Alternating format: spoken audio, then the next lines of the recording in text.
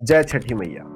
4 दिनों का व्रत, 36 घंटे का निर्जला उपवास और सूरज देवता को दिए जाने वाला सबसे पवित्र अर्घ का उत्सव, यही है भारत का सबसे अनुशासित और ऊर्जा से भरपूर पर्व छठ पूजा। तो चलिए जानते हैं क्यों सेलिब्रेट किया जाता है ये फेस्टिवल, कौन है छठी मैया और क्या खास होता है इन 4 दिनों में। तो चलिए जानते हैं छठ पूजा के संपूर्ण प्रोसेस के बारे में, इसके रहस्य, परंपरा और इसकी भावनात्मक कहानी के बारे में। तो सबसे पहले जानते हैं छठ पूजा कब है।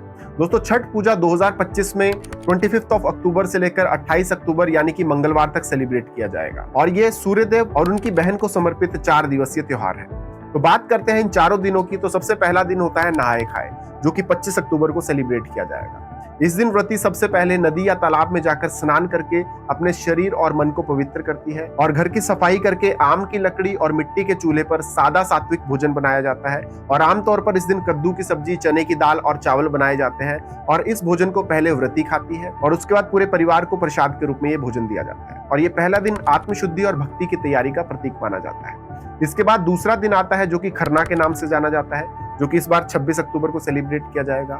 और इस दिन भर निर्जला व्रत रखा जाता है, यानी ना तो भोजन किया जाता है ना ही पानी पिया जाता है। सूर्यास्त के बाद व्रती गुड़ से बनी खीर, रोटी और फल से प्रसाद बनाया जाता है और यह प्रसाद शाम को ग्रहण करके प्रथानुसार दोबारा से निर्जला उपवास शुरू कर दिया जाता है, जो कि फिर सीधा 36 घंटे तक चलता है। और खरना दोस्तों आत्म संयम, शुद्धता और मन की शक्ति का प्रतीक माना जाता है। इसके बाद बारी आती है तीसरे दिन की, जो कि संध्या अर्घ होता है, जो कि 27 अक्टूबर को है।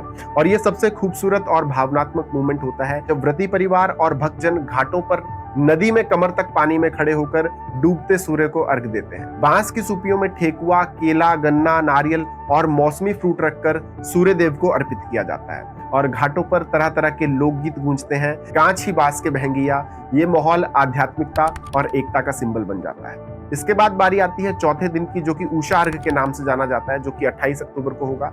सूर्योदय से पहले व्रती घाट पर जाकर उगते सूर्य को अर्घ देती है और ये क्षण सबसे पवित्र माना जाता है, क्योंकि उगता सूरज नई शुरुआत, नई उम्मीद और जीवन में पुनर्जन्म का प्रतीक माना जाता है। इसके बाद उपवास को तोड़ा जाता है और प्रसाद सबको बांटा जाता है और इसको कहते हैं व्रत का पारण करना। और दोस्तों यहीं पर छठ पूजा का विधिवत समापन हो जाता है। तो ये था छठ पूजा के 4 दिनों का पूरा प्रोसेस। अब बढ़ते हैं नेक्स्ट पड़ाव पर और जानते हैं छठ पूजा के महत्व के बारे में। ये इंडिया का सबसे एनवायरमेंट फ्रेंडली और शुद्ध फेस्टिवल माना जाता है। ये महिलाओं की शक्ति, परिवार की खुशहाली और प्रकृति के प्रति आभार का प्रतीक है।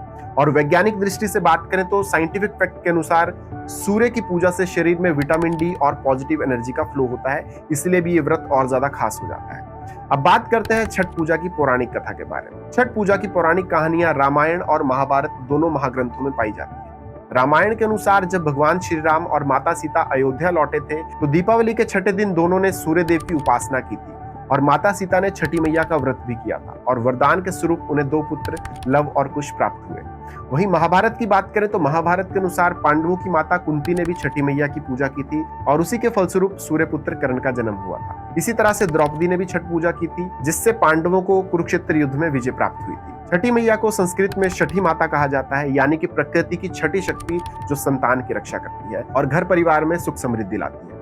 दोस्तों, एक माँ अपने बच्चों के बेहतर जीवन, परिवार की शांति और समाज की प्रगति के लिए 36 घंटे तक जब बिना जल के खड़ी रहती है तो वो सिर्फ परंपरा नहीं बल्कि आस्था का वो रूप है जिसका कोई पैरामीटर नहीं है, जिसका कोई माप नहीं है। तो दोस्तों, छठ पूजा सिर्फ एक घाट की पूजा नहीं है, ये एक माँ की ममता, भक्ति और प्रकृति के प्रति कृतज्ञता का उत्सव है। जब डूबते और उगते सूरज के बीच खड़ा होता है एक भक्त, तो समझिए वही आसमान और धरती का संगम हो रहा होता है।